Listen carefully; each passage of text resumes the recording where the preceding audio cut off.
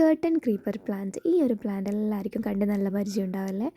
ഇതിൻ്റെ ഒരു ചെറിയ കമ്പ് കിട്ടുവാണെങ്കിൽ നമുക്ക് വേര് പിടിപ്പിച്ചെടുക്കാം കേട്ടോ. അതും ഒരാഴ്ച കൊണ്ട് തന്നെ സെറ്റാക്കി എടുക്കാം. അപ്പോൾ ഈ ഒരു വീഡിയോയിൽ അതിൻ്റെ പ്രൊപ്പഗേഷൻ ഉൾപ്പെടുത്തിയിട്ടുണ്ട് കേട്ടോ.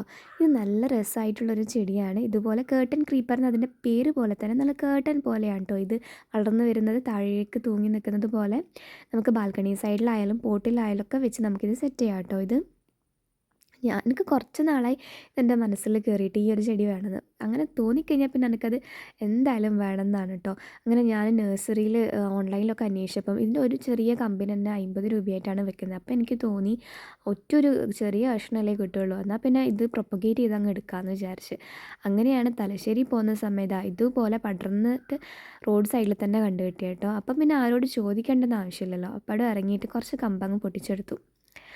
എന്നിട്ട് ഞാൻ ഇതുപോലെ ചെറിയ ചെറിയ കഷ്ണങ്ങളാക്കിയിട്ട് ഒരുപാട് പീസസ് ആക്കിയിട്ടുണ്ട്. ഇത് കട്ട് ചെയ്യുന്നതിന് മുമ്പ് ശ്രദ്ധിക്കുക, ഇതിൻ്റെ അടിഭാഗവും മേൽഭാഗവും ഏതാണെന്ന് ആദ്യം ഒന്ന് നോക്കണം കേട്ടോ. കാരണം ലീഫ് താഴേക്ക് വളരുന്നതുകൊണ്ട് പെട്ടെന്നൊരു കൺഫ്യൂഷൻ ഉണ്ടാക്കും. ആദ്യം നോട്ടീസ് ചെയ്താൽ അത് പ്രശ്നമില്ല. പിന്നെ ഞാനിത് വെള്ളത്തിലും മണ്ണിലുമായിട്ട് 2 രീതിയിൽ പ്രൊപ്പഗേഷൻ ചെയ്ത് നോക്കിയിട്ടോ.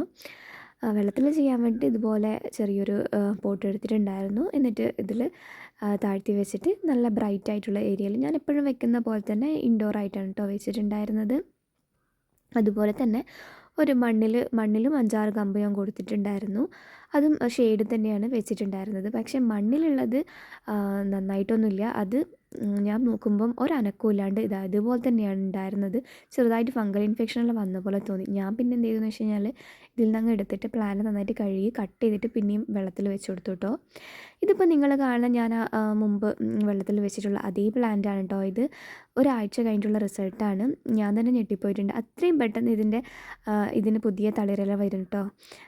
നല്ല ഫാസ്റ്റ് ഗ്രോയിങ് ആണെന്നാണ് എനിക്ക് തോന്നിയത്. പെട്ടെന്ന് തന്നെ തളിർത്ത് വന്നിട്ടുണ്ട്. അതുമാത്രമല്ല നല്ല ഹെൽത്തി ആയിട്ടുള്ള റൂട്ടും ഇതിൽ കാണുന്നുണ്ടായിരുന്നു.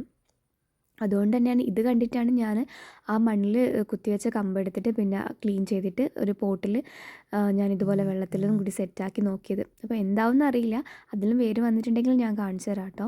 പിന്നെ പുതിയ പോട്ട് വാങ്ങിച്ചിട്ടുണ്ടായിരുന്നില്ല. ഇതിന് ഞാൻ വിചാരിക്കുന്നത് നല്ല നീളത്തിലുള്ള ഈ ജനലിൻ്റെ സൈഡിലൊക്കെ വെക്കാൻ പറ്റിയിട്ട് ഉള്ളൊരു പോട്ട് ഉണ്ടാവുമല്ലോ, അപ്പോൾ അതുപോലത്തെ പോട്ടിൽ ഞാൻ ചെയ്ത് നോക്കാമെന്നാണ് വിചാരിക്കുന്നത്. അതാകുമ്പോൾ നമുക്ക് താഴേക്ക് ഇങ്ങനെ താഴ്ത്തിയിടാമല്ലോ. അപ്പോൾ അങ്ങനെ ചെയ്യാമെന്നാണ് വിചാരിക്കുന്നത്. അപ്പോൾ ഇതുപോലത്തെ പ്ലാന്റ് കിട്ടുവാണെങ്കിൽ ഇതുപോലെയൊക്കെ ഒന്ന് ചെയ്ത് നോക്ക്.